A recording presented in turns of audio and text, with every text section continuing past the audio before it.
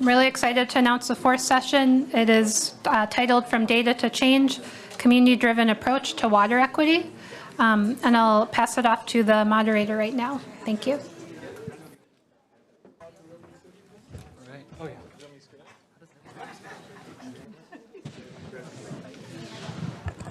All right, hello everybody. I'm back again, this time to moderate. Thank you for sticking around for the last session. We're going to be exploring how data can drive meaningful change using a case study of Nuestra Casa's drinking water equity work in East Palo Alto. As just a reminder, my name is Brandon Renante. I work at the Stanford Haas Center for Public Service, where I serve as the Director of Community Engaged Learning for Sustainability. And I'm joined by an amazing panel today. So let me just quickly read their bios.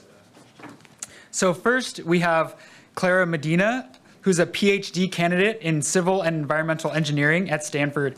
She earned a bachelor's in environmental engineering from UC Merced and a master's in civil and environmental engineering from Stanford. As a California native, witnessing the disproportionate impacts water issues have on historically underinvested communities, her work focuses on advancing urban flood planning by centering diverse stakeholder engagement throughout the engineering process, not just after key decisions are made. This ensures engineering solutions are targeted to support community needs. As cities upgrade aging infrastructure and work to rebuild public trust, this is more critical than ever. Next, we have James Muller, who's a principal environmental planner with the San Francisco Estuary Partnership, who leads the Integrated Regional Water Management Program and the Infrastructure Investment and Jobs Act program at the partnership. James was the lead for the region's disadvantaged community and tribal involvement program, where he worked with 16 different community-based organizations, nonprofits, local governments, and 5 tribes and tribal organizations to produce the 2022 Regional Water Needs Assessment and to design, implement, and report on a region-wide tap water testing effort. Next, we have Osvaldo Macias, who is the Environmental Justice Fellow at Nuestra Casa and supports community leaders and their advocacy efforts in addressing drinking water concerns and future issues arising from sea levels and contamination mobilization. Osvaldo graduated from UC Santa Cruz with a BA in politics and a BA in legal studies. And last but not least, we have Mildred or Millie McKean, who is an East Palo Alto community leader who has participated in and facilitated Nuestra Casa's Environmental Justice Academy, as well as graduated from the Community Water Task Force, and is a water expert who uses her expertise to advocate for water justice. So in our session today, I'm going to start with a short presentation to provide a little bit of background on this case study, and then we'll go into a moderated Q&A session with the panelists, and then that will be followed by an audience breakout activity. All right. Okay, so going into a little bit of background information. So East Palo Alto was not incorporated until 1983. And as a result, the city has fragmented water service split between the city of East Palo Alto and 2 water companies that operate outside of the government. Due to decades of redlining and underinvestment, there's much aging public infrastructure, such as old water pipes. In 2019, Nuestra Casa partnered with SFEP, the San Francisco Estuary Partnership, to conduct a water study and needs assessment in East Palo Alto that revealed critical infrastructure and water quality concerns. Nearly 56% of respondents do not feel safe drinking their water, their tap water specifically. Since 2023, Nuestra Casa has been working with Stanford University on 2 research projects. The Tap Water Trust Study highlighted community perspectives on drinking water safety, whereas the Water Affordability Study analyzed financial impacts on East Palo Alto households, particularly in disadvantaged communities facing rising water costs. During 2023 to 2024, Nuestra Casa established a community water task force to help community members become experts on their water system, and address water system challenges related to things such as infrastructure and affordability. One insight from this work is that creating meaningful change is a collective effort involving many different actors, each with unique roles. As one example, last winter, Nuestra Casa facilitated a meeting between a federal representative's office and a community member to advocate for a water affordability bill. Data from the studies with Stanford were used to show how much people are spending on bottled water, while also highlighting the infrastructure needs that are the root cause of these issues. This meeting resulted in support for the affordability bill and letters to the California governor and the U.S. Environmental Protection Agency to look into infrastructure and funding barriers. And this work has had a ripple effect. So the data from the needs assessment started Nuestra Casa's environmental justice program initially to address water issues, but it has since expanded to other leadership opportunities for the community to address additional environmental justice issues. All right. With that, we're going to move into the prepared questions portion. And I'm going to start with the theme of centering community voices. So my first question is for Millie. Why do residents in East Palo Alto often mistrust their drinking water? And who do you personally trust when it comes to information and solutions? Why is trust important in driving change? So up until about 5 years ago, 40% of the water in East Palo Alto wasn't safe to drink or bathe in. My grandmother lived in a portion of the East Palo Alto called Midtown, and it was so cloudy and so like particle filled that we used to get drinking water from her other house that was closer to Facebook. And when we bathed in it, it was just like hard, and it left your skin feeling like, just like sticky and just like nasty. So it was just like quick showers and we just didn't drink in it. And I think, what was the second question? Sort of like, who do you trust when it comes to information and solutions? I trust that people with no hidden agendas. I trust people that advocate on behalf of East Palo Alto, not during the election season. I trust things that I can understand, things that aren't fluffed, and people that are passionate about these issues just as much as I am. Great.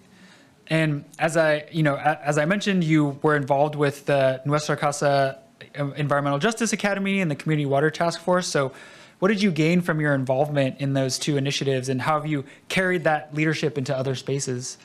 So me joining the Nuestra Casa Environmental Justice Academy, that's when I learned about the water and the air quality.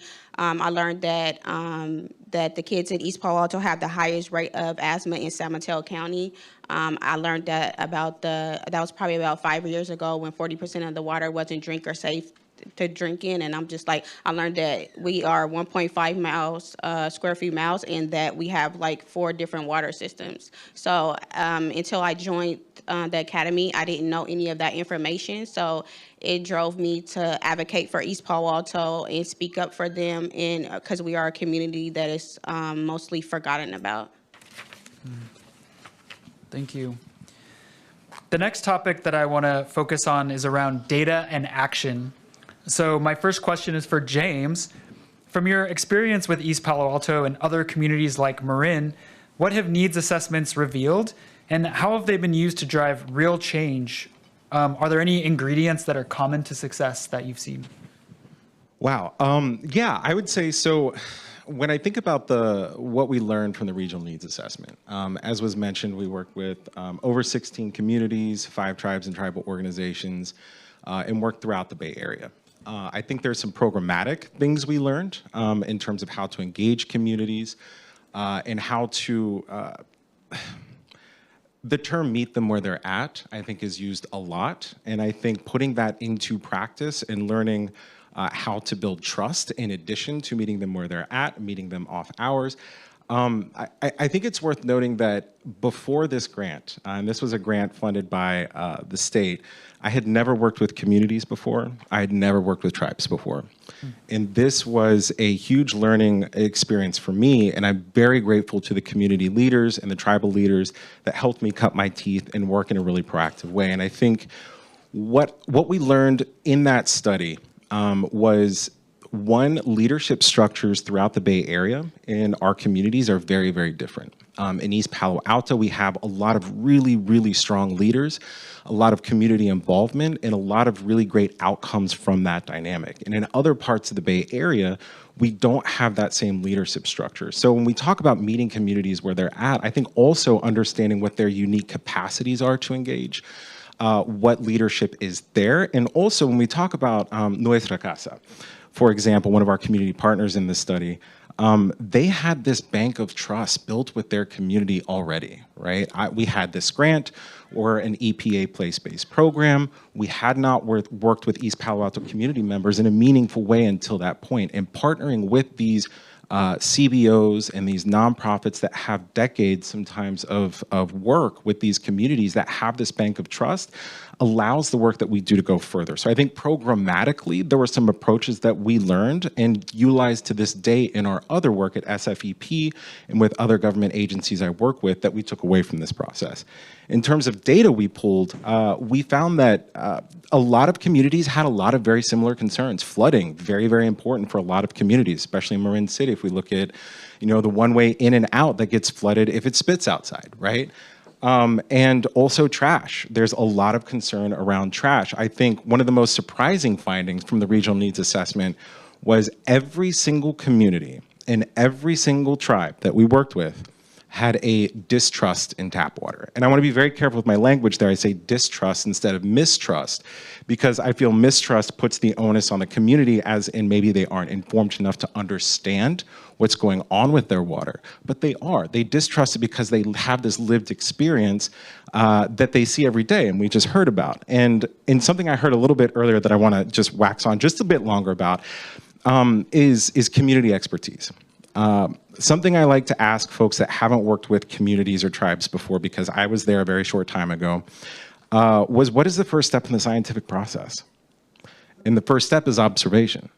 And if we think about that, the community members and the community leaders are standing at that very first step of that scientific process. So when we come into these spaces as scientists or planners, acknowledging that vast wealth of information that the community brings from their lived experience and honoring that, and working with them to develop projects that address the needs that they have, I think is really important. And that's something we've certainly taken back from the study as well. Yeah, that's a really interesting point. Kind of a follow-up question for you and Osvaldo. What are some current data needs? What do you think current data needs would have the greatest impact on achieving water equity in East Palo Alto? So I can start here. I think one of the biggest gaps in data that we have is information about premise plumbing. That is the part of the water system that is not publicly owned. So from the water distribution system to the home, all of that is the premise plumbing. And we don't have a lot of great data on that. There's no real regulation around that. So if you have a home that you're renting to community members in East Palo Alto that's 100 years old and never had its pipe replaced, or maybe it's got a 50-year-old water heater, that's certainly going to affect the experience that community members have at the tap.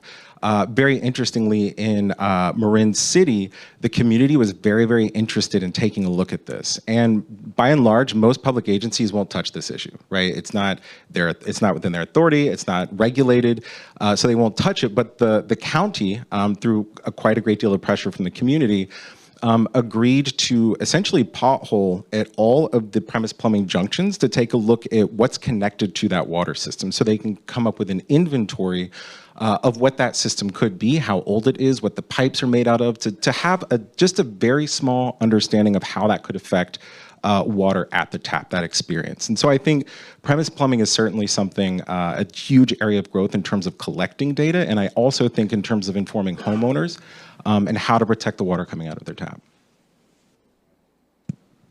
Yeah, and like the presentation highlighted, right, the data we got from Stanford and the Tide Perception Lab, it was important, right? So when Millie sort of spoke to, federal representatives, it was, it backs up, right, the lived experiences. And I think something that will have almost equal impact, if not greater, is sort of this new data need that we have. And this isn't just, because East Palo Alto has drinking problems, but, national advocates for, water affordability and infrastructure, they see like there needs to be improvements to disadvantaged community definitions. I know in sort of the opening, session or the opening, conversation led by Assembly Pepin, they talked about, area MHI or area median household income on the Prop 4, which is important. The Prop 4 opens up, funding opportunities for utilities or systems. And I think there needs, I'm not sure if people are familiar with the State Revolving Fund or the SAFER program, but those are just as programs that also fund water infrastructure projects. However, like Assemblymember Pepin mentioned, it's hard to access those funds, especially for communities like San Mateo County, where things might look different here, right? East Palo Alto has a long, rich history. So what's the current median household income now? That's not really representative of, everything that happened before that. So I think, once you rethink the definition, there'll be more opportunities for, the three systems, to apply for funding, to get community support in the public commenting process. But yeah, I think that'll be huge. And it's like, it's hard, right? Last year we tried to do something like that, but it's always difficult when you don't have the data. And yeah, I think that's one of the biggest needs now.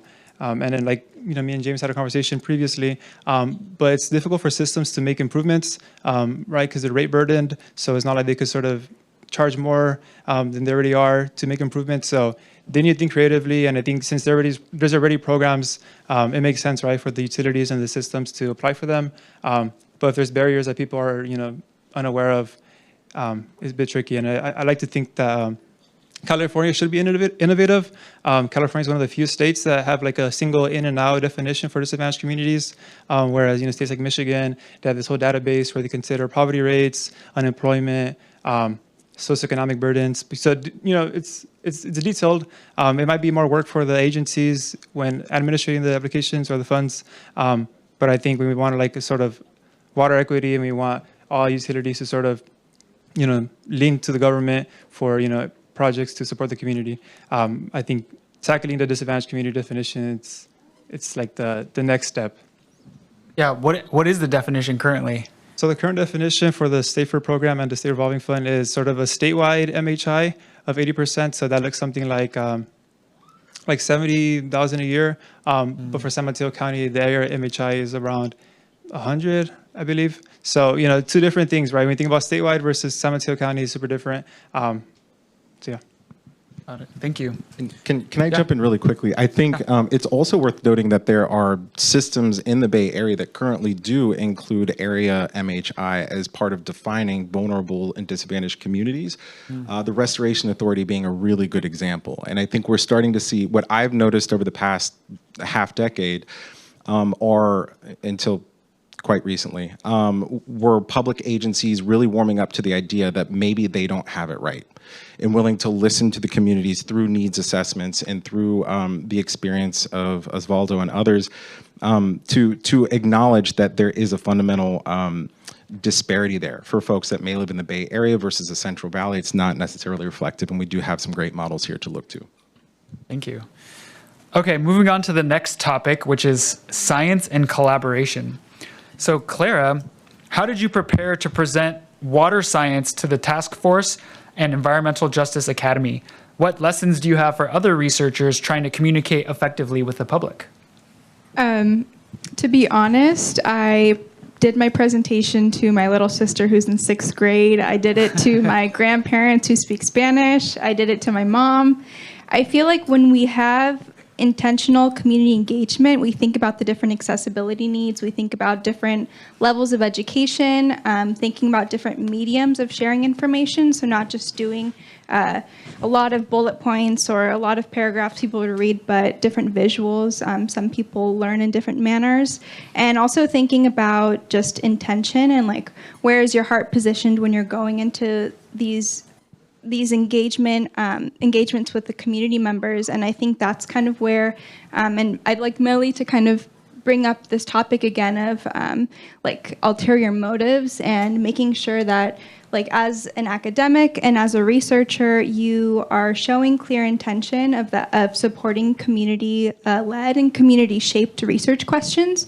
And so thinking about all these accessibility needs come way before even talking about the topic of water science or water justice. Because if I share this whole presentation with a group, but I'm not doing it in a way that's accessible, then what's the point?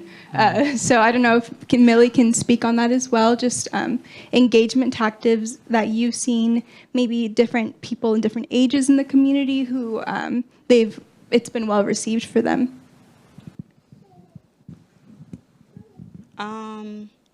Yeah, I just think that like you said, somebody else said earlier, is meeting the community where they're at. So like coming to East Palo Alto versus having us come to you guys, and just keeping it transparent and open and letting us know what you plan to do, what are you doing, like your goals, and everything that you plan to do. So we're not like confused to what you're doing, why you're doing it, when you're doing it, like, you know, just the whole process and letting us know. And like you said, you present it to your little sister who's in the 6th grade. So just like, you know, no fluffing, no big words, just, you know, plain text, like what's going on, what you're going to do, how you're going to do it. And I think that goes a long way because like you said, everybody learns different. Some people are visual learners, some people are not. So just meeting the community where they're at, I think that's the most important thing. Yeah, great. Clara, I have another question, kind of similar to one that we talked about in the last panel that I was on. How can collaboration between researchers and community-based organizations enhance their work, and what role can academic institutions play in supporting frontline communities?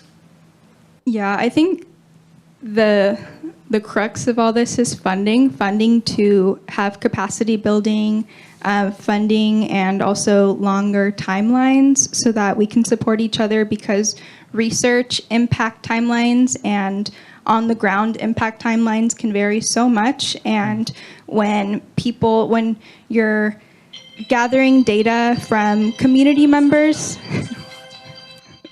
you're good. When you're like gathering data from the community members and making sure that it's an iterative process where they can see you using the data that you're gathering, and also going back to them and asking, this is our understanding of what your experiences are. Is this correct? And making sure you're having those like iterative conversations over long timelines. And then on the academic side, like advancing theory, making sure that we're publishing in spaces that more like practical fields are interacting with our data, not just people in our very specific and niche fields. Making sure that we're having very actionable things in our papers so people can pick up on the work and move forward with it. And then on the community level, making sure that we're not just gathering data in the form of surveys or interviews or focus groups, but also making sure that we're sharing back the data in accessible formats so that people can use it for their own advocacy efforts that they've probably been doing for a very long time before you started the research. Great. Yeah, I think I've seen somewhat of a shift. I know historically a lot of academia has really focused on like theoretical and, you know, very narrow,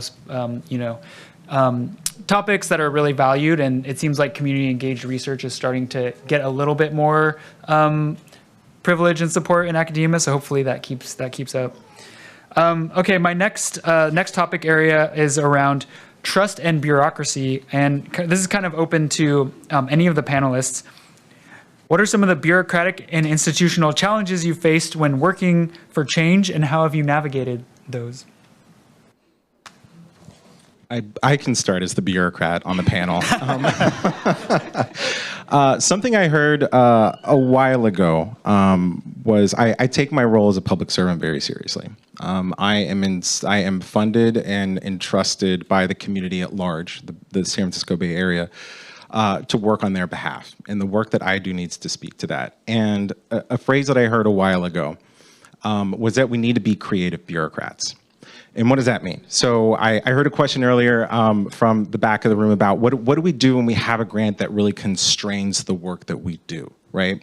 As somebody who's worked on grants for 15 years now, I've seen it all. I've worked on federal grants, local grants, state grants, foundation grants.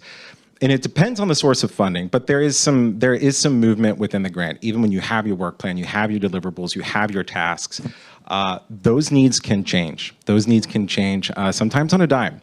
And being open to hearing what your partners are saying, rather than being the bureaucrat that says we have this task and this deliverable we need to get done, need to be open to that. And you need to be responsive to that. And you need to advocate for your partners to your funders.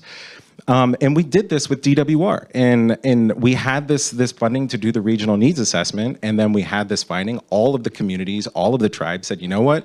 We don't trust our drinking water. We just don't trust it. We have all of these experiences. We heard about hair falling out. We heard about dry skin. We heard about other health issues that folks were experiencing, and they attributed it to their tap water because of what they've seen.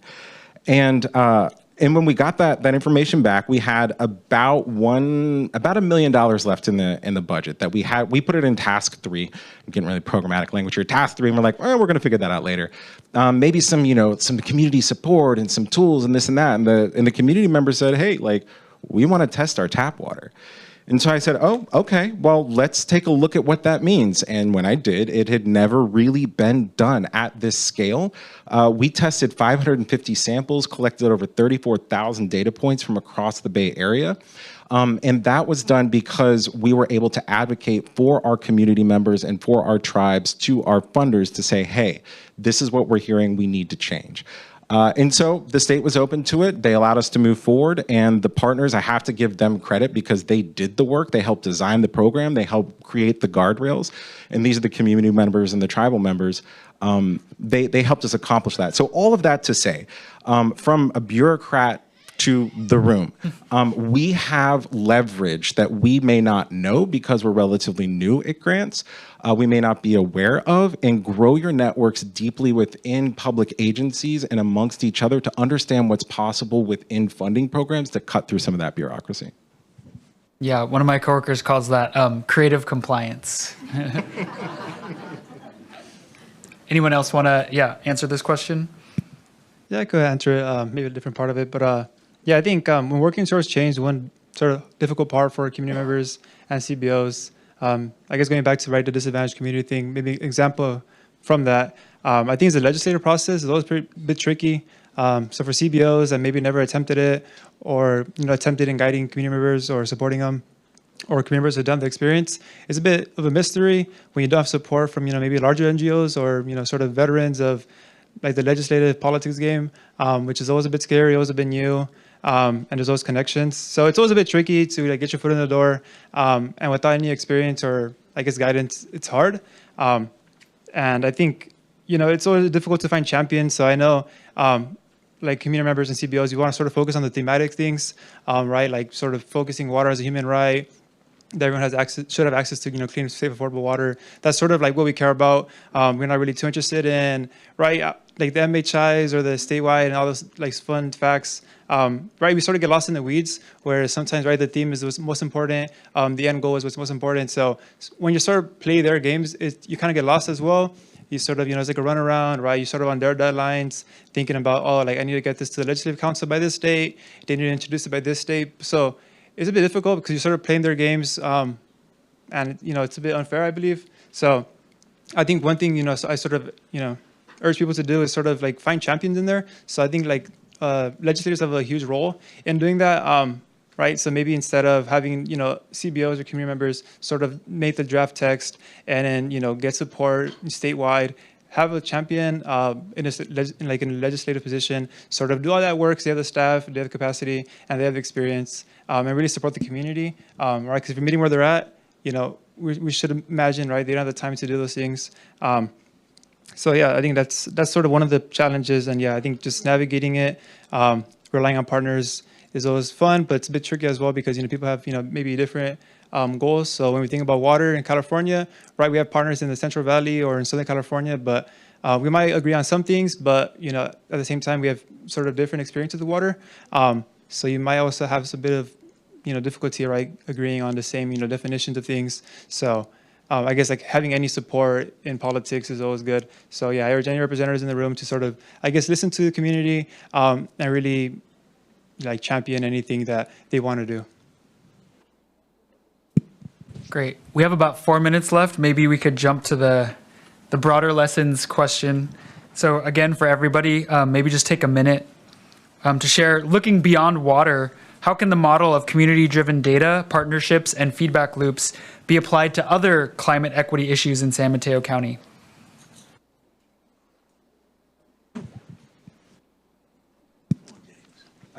All right. Yeah, I think the project that we worked on, the regional needs assessment, we collected quite a bit of data, but I think more importantly, we found new partners in the region. SFEP had not really worked with communities and tribes in that way ever before this grant program. And I want to give a shout out to Nahal, who was moderating earlier, who also helped develop this program and lead the course of that regional needs assessment and pulled together the community and tribal partners, along with Maddie Duda and Ryan Hirano. Yes, applause.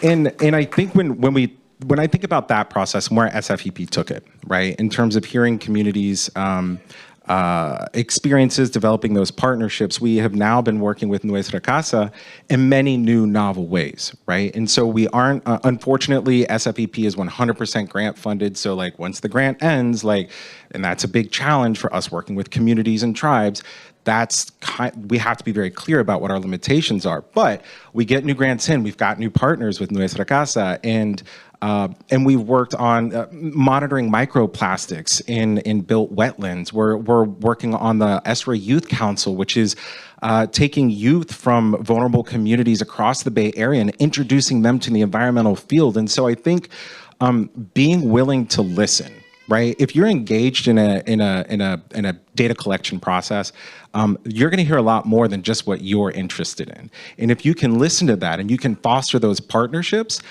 then you can do a lot more with those built relationships and that built trust from that point that extend far beyond just the data you're collecting, and continuing to iterate and meet the needs that you hear. That to me, I think, is extending beyond just that one involved process. And I would add, use what works, then rinse and repeat. If it's not not broken, don't fix it. So whatever works, just keep doing that and keep knocking on doors until you get a yes. You're going to get many no's, and you're going to get a lot of people that just don't care or not interested. But we have to remember, back to the bureaucracy question, we have to remember that they work for us. A lot of these people we elected to put it in office, so we need to hold them accountable and find people that are passionate just about these issues like we are, and work with them and build from there. The people that don't get it, and the people that do. We got 1 minute. Anyone else want to add? That's a good place to end. Yeah. All right. Thank you, panelists, for that. Was really great. All right. Now we're going to move on to an audience breakout session. So let's see. We should have some questions here. Oh, wait, maybe not. Are the questions going to be put in the app? Should be on WOVA.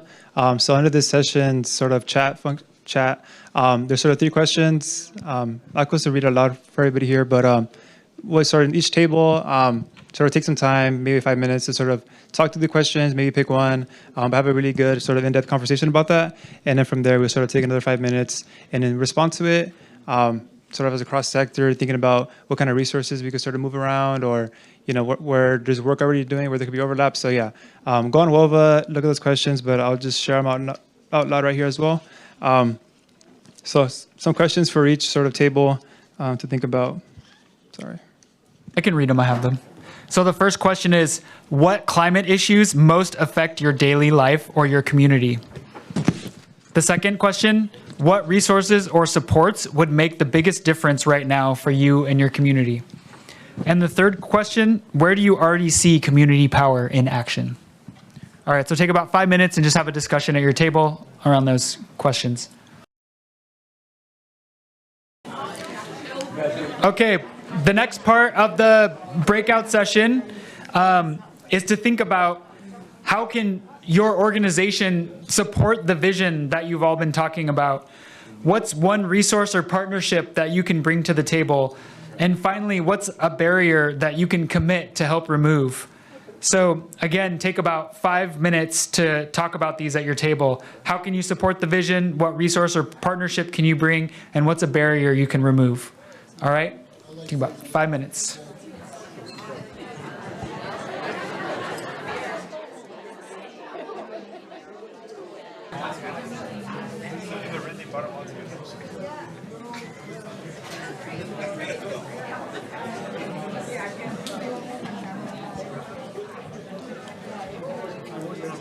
All right.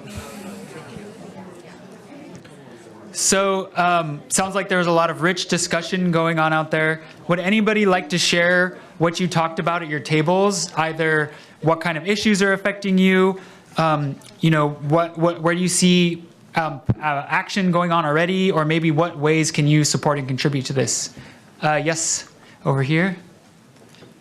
I was taken by the comment about assessment, data assessment of, maybe it was assets, I'm not sure, needs. But I was taken by that with data assessment of partnerships, so that we had data assessment of the potential partnerships in a region as well. Because I think having strong data about who the potential partners are, that we would be easier and better equipped and more effective in creating those partnerships. So I would move data not only to assessing needs, but also to assessing the partnerships configuration in the area. Yeah, that's a great idea, and I think it resonates really well with the prior session, right, where we did all of that mapping of all the different stakeholders involved. Great. Other folks want to share?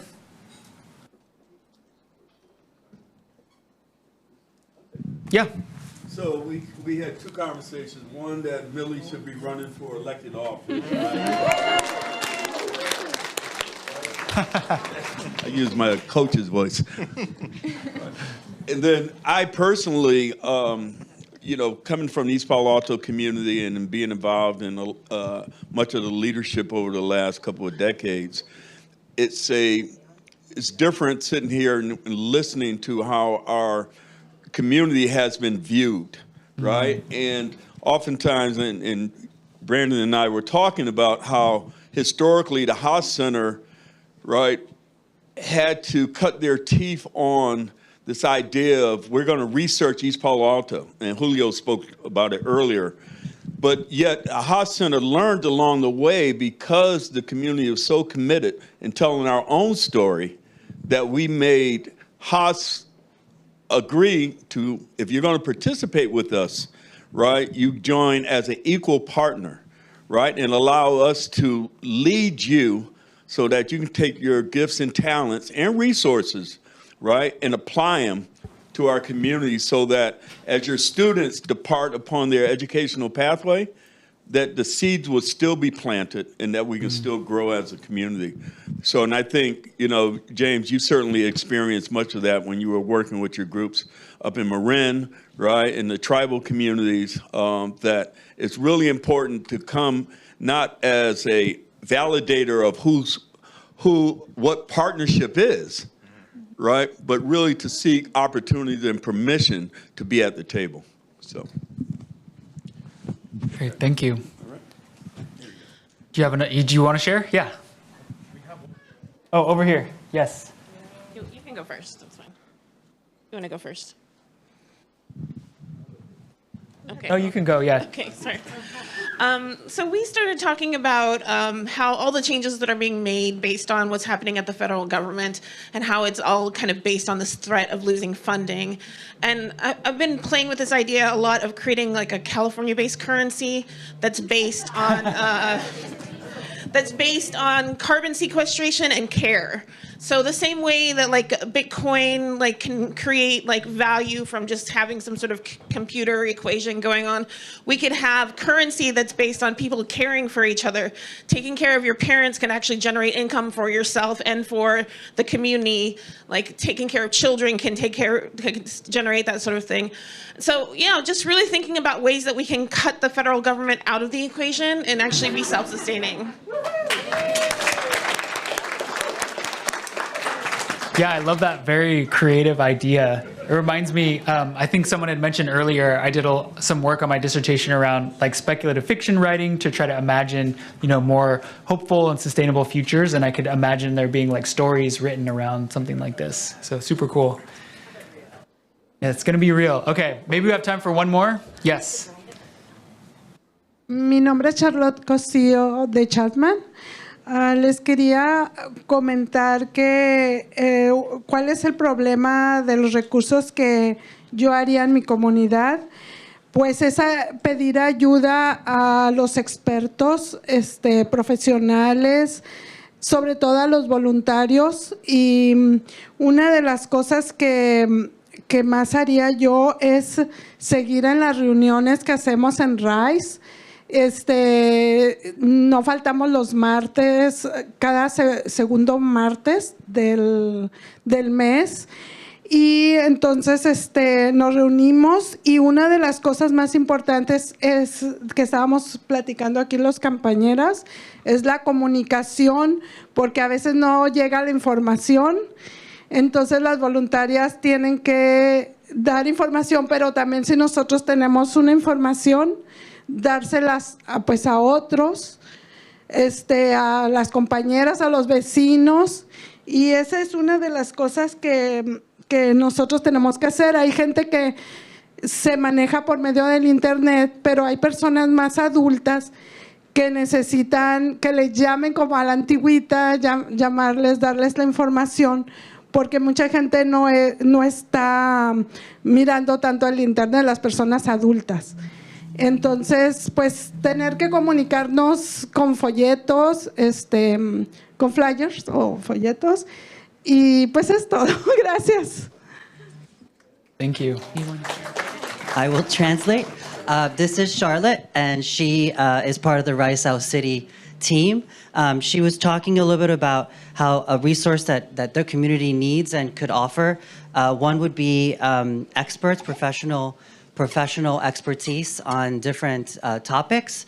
And then the table here was talking a lot about how very basic fundamental resource of just communication, being sure that there's accurate communication, that there's a hub for communication, and that as importantly that that communication be varied, be as diverse as possible, because everyone accesses that information in different ways.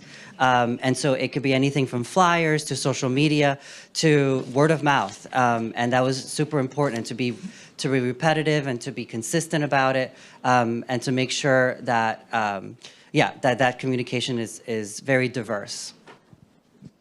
Thank you. All right, so I think we're going to move on to the last part. We have a little bit of time for some Q&A really quick. I have one question that came through the app. I'm not sure if this is directed at a specific panelist or not, so whoever feels like they want to jump on this one. There is a nationwide effort to replace old lead pipes. Are there areas in the Bay Area that still have lead pipes? In line with the national initiative, would anyone know in the future when these would be replaced? So I'm happy to jump in with a little bit of information on that. It's my understanding that the state required all public water utilities to inventory their distribution systems and identify any lead pipes that were in them, and to replace them. And if I'm not mistaken, and please Google this, double check it, I believe in the early 2020s they accomplished removing essentially all of the old lead pipes. in California. So I'm not aware of any lead pipes remaining in the public distribution system in the Bay Area. I think that's a very important point because you could have them in your home. If you have old faucets as well, that is typically a big culprit of lead. So if you have old faucets that were from the 1980s or before, definitely consider replacing those. But when it's on the premise plumbing side, there really is no regulation around that. Only that you can't get new equipment that has lead in it, right? But I believe the state has essentially mandated that those be replaced not so long ago. Great.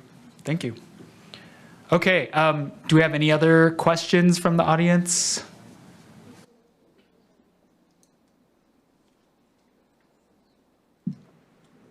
Okay. If we have no questions, then we're just going to go to any final remarks from the panelists. All right, I'll go again. Good try to shut me up. No, so I think one final thought I wanted to leave my public partners with and academia with, the grantees in the room, if you will. I think it's our responsibility to work with our community-based organizations, our local nonprofits, right? I think national nonprofits are in a different category, and I want to acknowledge that. But to work with the folks that are already doing the work on the ground as part of your project team. And again, I want to give credit to Nahal and folks that put me on the path for success with the regional needs assessment, in that this same needs assessment was done throughout the state of California in various different regions, and other areas decided to hire consultants to just do the work, collect the information, call it a day. And what I inherited was a suite of community partners and tribal partners that we funded to do the work, not a consultant, right? And so when we transitioned into the tap water testing program, we worked to train the community members and the community leaders and the tribal leaders to be able to collect those samples, right? And so as we think about developing projects in communities and with tribes in the future, making sure that you're inviting them to the budgeting table at the very forefront, and you're funding them in novel ways, because one, you'll get a better product out of the end of it, right? We all started with square one observation, right? And the scientific process flows from there. But also, you're putting gas in the engine of these groups. By funding each one of these community groups that were doing testing to the tune of like $200,000 a piece, that allowed them to hire admin staff. That allowed them to grow within the scope of this program. But then increasing their capacity allowed them to go after additional funding. And so I think as we think about our science, our projects, our programs, if we're receiving funding, really inviting our partners to the table first thing and ensuring that they're a partner doing the work with you. Their help informing the work is really, really important. And that allows the funding that we get from the feds and from the state and from the local entities to go deeper into communities. So we're not just building a project, but we're funding the community in a way that benefits them in addition to just the work itself. So I just wanted to leave the room with that as well.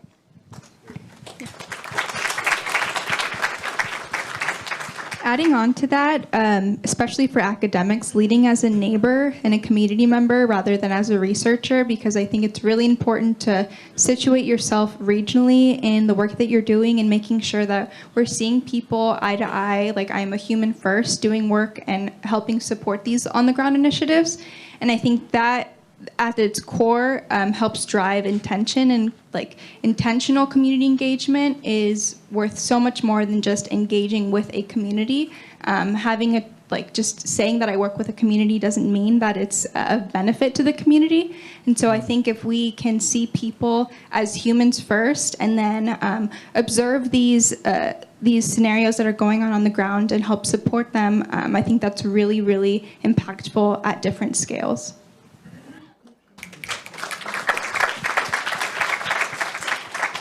Yeah, and I guess my final thought is, or my final remark, yeah, I think, this is just a case study. I think the example, and, it's great having Millie here, just sort of highlight, right, like all that, we're able to accomplish, and, the support for LIWAP or other sort of programs for affordability or infrastructure. Right, it's an example. So I think, we heard a lot of great things today. We had a pretty good discussion, right, on what the community needs and resources that, will be beneficial. So I think, yeah, just please use it as an example for, how you use data, how you sort of continue, keep the partners, right? We've known Clara and James for a while now, Millie as well. So, the partner to make, keep them. I think, there's ripple effects, and, I think that's really important. So I would like to wrap this up by saying I want everybody to stay laser focused on the why. Like, why is this person bringing this issue to me? Why does this matter? When we talking about water and air quality, these are like essential for longevity of life. Like, we're not asking for basketball courts. We're asking for clean water and clean air. It's not rocket science so when we're knocking on your door, bringing these issues to you about water and clean air, like everybody should answer them. Everybody should be just as passionate that we are about it. And if you're not, then that's a problem, and you should probably find somewhere else to work or something else to do. All right, thank you, panelists. Thank you, everyone. All right. Thanks, everybody.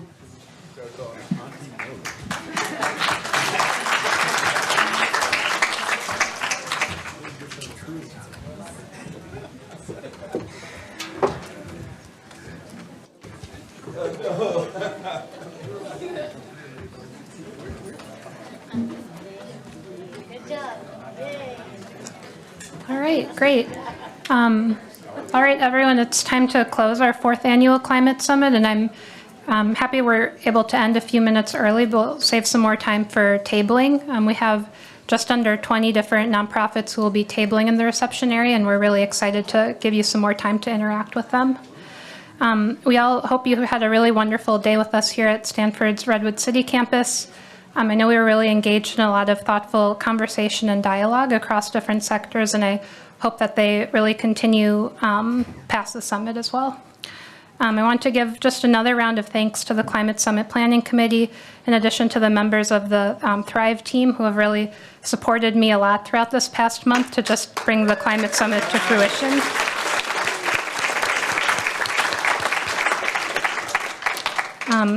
We've just spent so many hours troubleshooting AV, doing the attendance list, stuffing name tags, slide decks, and so I really appreciate their support with this.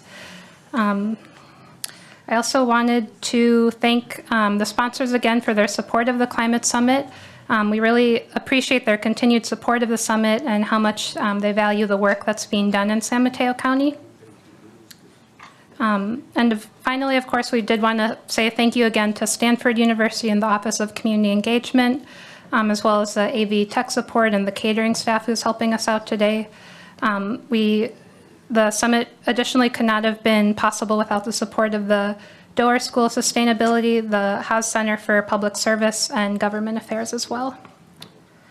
We're about to transition into the tabling. Like I said, we have about 20 nonprofits who are set up in the reception area and ready to share their work. If you want to see a list of those organizations and a link to their websites, we have a document with all that information in the Whova app as well under the Documents tab, I believe. But before we take that break for the reception and the tabling hour with refreshments and snacks, I did want to make sure we have a few minutes of dedicated time at the end of the summit to just fill out a brief survey on your experience today. We spend a lot of time making the event as great as possible, and we're always looking for ways to make it better and kind of have it evolve alongside our communities. So just please take a second. It'll take a couple minutes to just fill out this brief survey on your experience. We have the QR code up on the screen, and it's at everyone's tables as well in that little plastic stand. It would just be a great help for us. There's also a Spanish version of the survey translated into Spanish at the registration table as well, if anyone needs that. I'll just say thank you again for coming today. The event really would not have been possible without everyone's support who's in this room. We're really appreciative to the people who come in to support the summit. And so with that, I'll just say thank you again. Please fill out the survey when you're able. I'll see you at networking hour, and I just wanted to pass it off to one of our co-hosts, Julio Garcia, for a few words as well. Thank you. Really appreciate your work. So, look around the room, you guys. So, look at each other. thank you for sticking with us the whole day. I know that it was hard. Hopefully we have some great conversations. So we really appreciate you being here with us. I don't know who did 1, 2, 3, or 4 summit. But during today, we had a great conversation with the office of Noelia Corso, and we are going to be next year, everybody cross their fingers, at the Hillsdale Conference Center. We still need to do a lot of work, but it's already commitment from Rise South City, Tribe, and CRC. Where's CRC? Okay, that community. So en nuestra casa, to be there next year. And the Office of Noelia Corso is a commitment to work together to be there next year. It's just right out of Caltrans, so we have public transportation and everything, but really, you know, we really appreciate all of you guys being here today. Thank you. So enjoy the rest of the day.